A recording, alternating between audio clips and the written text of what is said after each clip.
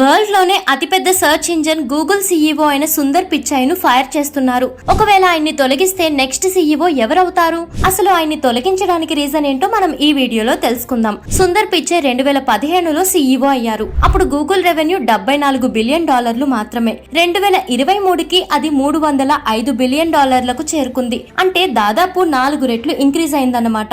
2015లో Google stock price $26 నుండి $35 అయితే ఇప్పుడు $149 దాటేసింది. దీన్ని బట్టి చూస్తే సుందర్ పిచాయ్ వల్ల గూగుల్ కి లాభమే వచ్చింది. మరి ఇంత డెవలప్ చేసినా కూడా సుందర్ పిచాయ్ ను తొలగించడానికి ఎందుకు చూస్తున్నారు? అసలు ఎవరు తొలగించాలనుకుంటున్నారు అనేది తెలిస్తే ఖచ్చితంగా మీరు షాక్ అవుతారు. సుందర్ పిచాయ్ ద్వారా ఏ ఇన్వెస్టర్స్ అయితే ప్రాఫిట్స్ ను పొంది బాగా మనీ ఎర్న్ చేశారో వాళ్ళే ఇప్పుడు అతన్ని కంపెనీ నుండి తీసేయాలనుకుంటున్నారు. అవును, ఇది నిజమే. అసలు అతన్ని ఎందుకు తొలగించాలనుకుంటున్నారో తెలియాలంటే సుందర్ పిచాయ్ ను ఎందుకు సీఈఓను చేశారో తెలుసుకోవాలి. సుందర్ పిచాయ్ కెరియర్ సిలికాన్ వ్యాలీలోని ఒక సెమీ కండక్టర్ మ్యానుఫ్యాక్చరింగ్ కంపెనీలో ఒక ఇంజనీర్ గా, ప్రొడక్ట్ మేనేజర్ గా మొదలైంది. నెక్స్ట్ మెకెన్సీ కంపెనీలో కన్సల్టెంట్ గా వర్క్ చేశారు. ఆ తర్వాత 2004లో అతని జర్నీ గూగుల్లో మొదలైంది. ఇతను Google tool bar product management కి వైస్ ప్రెసిడెంట్ గా వచ్చారు. ఆ టైంలోనే అతను గూగుల్ టూల్ బార్ కథ ముగిసిపోతుందని అనుకున్నారు. అలానే టెక్నాలజీ మారుతున్న రోజుల్లో ప్రజలు దీన్ని యూజ్ చేయడం మానేస్తారు అని గ్రహించి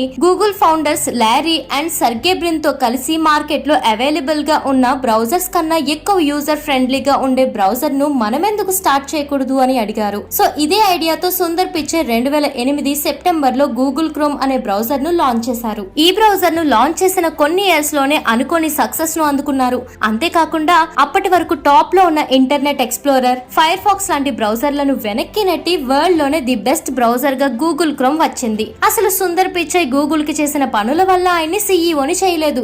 సుందర్ పిచాయ్ గూగుల్లోకి ఎంటర్ అయినప్పుడు గూగుల్ సీఈఓగా ఎరిక్ ఉండేవారు. ఆయన గూగుల్ కో ఫౌండర్ కాదు, వర్క్ చేసిన ఎక్స్పీరియన్స్ కూడా లేదు. అయినా కూడా సీఈఓ పదవి ఇచ్చారు. ఎందుకంటే కంపెనీ షేర్ హోల్డర్స్ కోరుకున్నారు. లారీ అండ్ సర్గేలను కంట్రోల్లో పెట్టాలని అనుకున్నారు. కానీ కో ఫౌండర్స్ మాత్రం గూగుల్ కోసం వీళ్ళకే బాగా తెలుసని అనుకునేవారు. దాన్ని ప్రూవ్ చేసుకోవడానికి ఎప్పుడు ఏదో ఒక కొత్త ప్రయత్నం చేస్తూనే ఉండేవారు. అలా వారు ట్రై చేసిన బ్రౌజరే జీమెయిల్. దీన్ని వీరు 2004 ఏప్రిల్ 1న లాంచ్ చేశారు. ఇదే రోజు సుందర్ పిచాయ్ తో ఇంటర్వ్యూ కూడా జరిగింది. లారీ అండ్ సర్గే ఎప్పుడు గూగుల్ అనేది ఒక సర్చ్ ఇంజన్ కంటే చాలా పెద్దది అని చెప్తుండేవారు. జీమెయిల్ అనేది దానిలో చిన్న పార్ట్ మాత్రమే అనేవారు. గూగుల్లో ఇంకా చాలా ఉంది. జీమెయిల్ తమ మిషన్ లో బిగినింగ్ మాత్రమే అని చెప్పేవారు. తర్వాత ఆండ్రాయిడ్, యూట్యూబ్, గూగుల్ మ్యాప్స్ ను అక్వైర్ చేశారు. వీటి అన్నిటిలో లారీ అండ్ సర్గేలు ఎరిక్ ను ఇన్వాల్వ్ అవ్వనిచ్చేవారే కాదు. అయినా కూడా ఈ యాప్స్ వల్ల కంపెనీకి చాలా లాభాలు కూడా వచ్చాయి. వీరిద్దరూ బ్రౌజర్ మార్కెట్ లోకి వెళ్లడం మంచి అవకాశంగా భావించారు. ప్రజలు ఎప్పుడైతే తమ బ్రౌజర్లను యూజ్ చేస్తారో అప్పుడు వారి ఇతర projects Google Docs, Google Sheets ను కూడా యూజ్ చేస్తారు అని అనుకునేవారు. ఇలా తమ ఎకో సిస్టమ్ ను గూగుల్ ప్రమోట్ చేయగలదు అని అనుకున్నారు. కానీ ఎరిక్ కి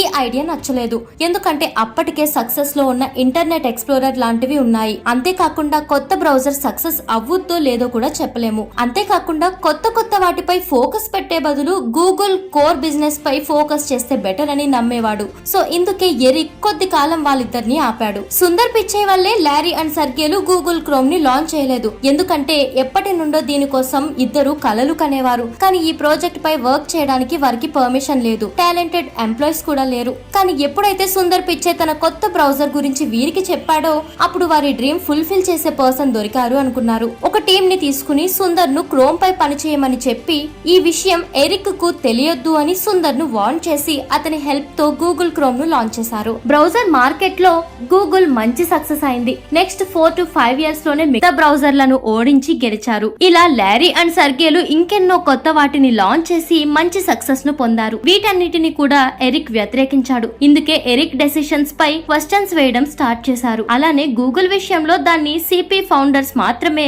సరి అయిన డెసిషన్స్ తీసుకుంటారని షేర్ హోల్డర్స్, ఇన్వెస్టర్స్ నమ్మడం స్టార్ట్ చేశారు. దీనివల్ల అంతర్గతంగా ప్రెషర్ పడటం వల్ల ఎరిక్ సీఈఓ పొజిషన్ నుండి తప్పుకున్నారు. నెక్స్ట్ ఈ కంపెనీ లారీ మరియు సర్గే చేతుల్లోకి వచ్చేసింది. అలా లారీ సీఈఓ అయ్యారు. కానీ తర్వాత వచ్చిన ప్రాబ్లమ్స్ కారణంగా గూగుల్ కంపెనీ పూర్తిగా పడిపోయింది. ఇందుకు సీఈఓ పదవి నుండి లారీని తీసేసి ఒక కొత్త పర్సన్ ను, అసలు సీఈఓ రేస్ లో లేని మనిషిని సీఈఓ సీట్ లో కూర్చోబెట్టారు. అతనే సుందర్ పిచాయ్. మరి లారీ వెళ్లిపోగానే సుందర్ నే ఎందుకు సీఈఓగా నియమించాల్సి వచ్చింది? లారీ టెక్ విషయంలో చాలా ఉత్సాహంగా ఉండేవాడు. దీనివల్ల అతను సీఈఓ అయినప్పటి నుండి self driving cars and Google glasses లాంటి ఫ్యూచరిస్టిక్స్ ప్రాజెక్ట్స్ పై వర్క్ చేయడం స్టార్ట్ చేశారు. లారీ గూగుల్ గూగుల్లో పనిచేసే వాళ్ళందరూ ఫ్యూచరిస్టిక్ ఐడియాస్ తో ఉండాలనుకునేవాడు. గూగుల్ వర్క్ స్పేస్ కూడా అలానే ఉండాలి అనుకునేవాడు. కానీ ఎందుకు ఇన్వెస్టర్స్ సంతోషంగానే లేరు. ఎందుకంటే లారీ పెద్ద విషయాలలో ఇన్వాల్వ్ అయ్యి కంపెనీ గ్రోత్ కి అవసరమైన చిన్న చిన్న విషయాలపై ఫోకస్ చేయట్లేదు అని అనుకున్నారు. అలా కంపెనీని ఏది సరైనది,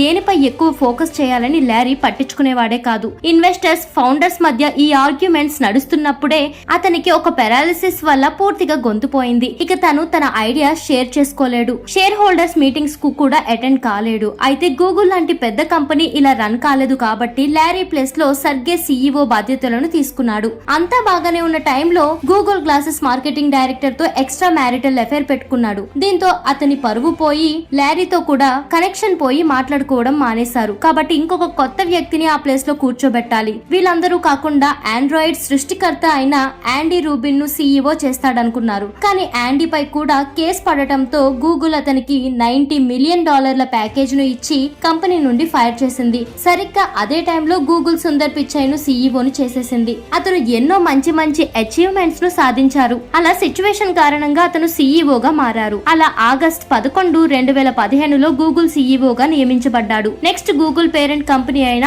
ఆల్ఫాబెట్ కు కూడా అతన్ని సీఈఓని చేశారు. అలా అతని వీక్ పర్ఫార్మెన్స్ బయటికి రావడం స్టార్ట్ అయ్యి కంపెనీని వివాదాలకు దూరం పెట్టాడు. అలాగే ఉన్నదానికంటే 5 రెట్లు ఎక్కువ ప్రాఫిట్స్ ను కూడా తెచ్చిపెట్టాడు. స్టాక్ ప్రైస్ కూడా ఎన్నో టైమ్స్ ఎక్కువ పెరిగింది. ఇన్ని సక్సెస్ లు ఉన్నా కూడా ఒక ప్రాబ్లం వెంటాడుతూనే ఉంది. అదేంటి అంటే సుందర్ పిచాయ్ గారు కంపెనీ బాధ్యతలు తీసుకున్నప్పటికీ కంపెనీ ప్రాఫిట్ పరంగా చాలా అద్భుతమైన లాభాలు తెచ్చిపెట్టింది. కానీ న్యూ ఇన్నోవేషన్స్ కు దూరమైంది. ఒకసారి మీరే థింక్ చేయండి. సుందర్ పిచాయ్ గారు గూగుల్ సీఈఓ అయిన తర్వాత కొత్త ఇన్నోవేటివ్ ప్రొడక్ట్ అయినా లాంచ్ అయిందా? గూగుల్ పిక్సెలే బిగ్గెస్ట్ లాంచ్. ఈ మొబైల్ ఫీచర్స్ పరంగా, వాల్యూ పరంగా బెస్ట్ మొబైల్. కానీ ఈ ఫోన్ ఎంత మంచిదైనప్పటికీ సేల్స్ అండ్ మార్కెటింగ్ లో దీని పర్ఫార్మెన్స్ అనేది అంత గొప్పగా లేదు. ఫలితంగా గూగుల్ పిక్సెల్ కేవలం 4.6% మార్కెట్ షేర్ లో సరిపెట్టేసుకుంది. ఇండియాలో అయితే దీని మార్కెట్ షేర్ 0.2% కి కూడా తక్కువ. అయితే దీని వల్ల ఇన్వెస్టర్స్ కి ఎటువంటి సమస్య లేదు. కానీ నవంబర్ 30, 2022 ఎప్పుడైతే OpenAI ChatGPT introduce చేసిందో గూగుల్ కంపెనీలో ప్రాబ్లమ్స్ స్టార్ట్ అయ్యాయి. తర్వాత ఇన్వెస్టర్స్ గూగుల్ కూడా ఇన్నోవేషన్ లో ఓపెన్ ఏఐ లో పోటీ పడాలని డిసైడ్ అయ్యారు. అందరికీ తెలుసు ఓపెన్ ఏఐ ని సపోర్ట్ చేస్తుంది మైక్రోసాఫ్ట్ కంపెనీ. దాన్ని ఓవర్కమ్ చేయడం అంత ఈజీ కాదు, అది కూడా తక్కువ టైంలో. అయినా కూడా సుందర్ పిచాయ్ ఎంతో ట్రై చేశాడు. కేవలం 4 months లో అంటే మార్చ్ 2023 నాటికి చాట్ జీపీటీకి పోటీగా గూగుల్ ఏఐ అయిన బార్డ్ ను లాంచ్ చేశారు. కానీ అది ఘోరంగా అట్టర్ ఫ్లాప్ అయింది. ఎందుకంటే అందరూ దీన్ని చాట్ జీపీటీకి కాపీగానే చూశారు. అదే సమయంలో అపోహలను తొలగించడానికి గూగుల్ ఒక ఈవెంట్ ను కండక్ట్ చేసింది. ఆ ఈవెంట్ లో ఒక వ్యక్తి బార్డ్ ను అడిగిన ఒక ప్రశ్న వల్ల గూగుల్ ఇంకా విమర్శల పాలైంది. ఆ క్వశ్చన్ ఏంటంటే, నా 9 ఏళ్ల బాబుకి జేమ్స్ వెబ్ స్పేస్ టెలిస్కోప్ చేసిన కొత్త ఆవిష్కరణ గురించి ఏమని చెప్పొచ్చు అని. బార్డ్ ఈ ప్రశ్నకు 2 ఆన్సర్స్ ఇచ్చింది. బార్డ్ ప్రకారం ఈ James Webb space telescope use చేసుకుని సోలార్ సిస్టమ్ బయట ఇతర గ్రహాల ఫస్ట్ పిక్చర్ తీసుకున్నారు. కానీ అది అబద్ధం. నిజానికి నాసా 2004లో ఒక అడ్వాన్స్ టెలిస్కోప్ సోలార్ సిస్టమ్ అవతల ఉన్న గ్రహాల మొదటి పిక్చర్ తీసింది. బార్డ్ ఇచ్చిన రాంగ్ ఆన్సర్ కారణంగా గూగుల్ ను అందరూ క్రిటిసైజ్ చేయడం మొదలు పెట్టారు. దాంతో గూగుల్ 25 years వాల్యూ $100 billion పడిపోయింది. ఈ కారణంగా సుందర్ పిచాయ్ అండ్ టీమ్ ఈ బార్డ్ ను మరింత వర్సటైల్ గా మార్చేందుకు రాత్రి పగలు పనిచేసి చాలా ఇంప్రూవ్మెంట్ వచ్చేలాగా చేశారు. ఈ ఇంప్రూవైజ్డ్ వర్షన్ నేమ్ ను బార్డ్ ఏఐ గా కాకుండా జెమినీగా చేంజ్ చేశారు. మరి ఈ జెమినీ గూగుల్ పరువు కాపాడిందా అంటే ఆ ఉన్న పరువును కాస్త తీసేసింది. ఎందుకంటే జెమినీ లాంచ్ అయిన తర్వాత ఒక యూజర్ జార్జ్ వాషింగ్టన్ ఇమేజ్ ను జనరేట్ చేయమని అడిగాడు. జెమినీ జార్జ్ వాషింగ్టన్ ను ఇమేజ్ జనరేట్ చేసింది, కానీ అతని స్కిన్ ను డార్క్ స్కిన్ గా చూపించింది, అంటే నల్ల జాతీయుడుగా చూపించింది. కానీ నిజానికి వాషింగ్టన్ ఫెయిర్ స్కిన్ కలిగిన వాడు, అంటే తెల్ల జాతీయుడు. ఇదే కాదు, దాంతో ఇంకా ఈ గొడవ పెరగడంతో గూగుల్ ఈ ఇష్యూను రెక్టిఫై చేస్తున్నట్లుగా ఒక స్టేట్మెంట్ ను రిలీజ్ చేసింది. ఆ తర్వాత గూగుల్ నో టెక్స్ట్ టు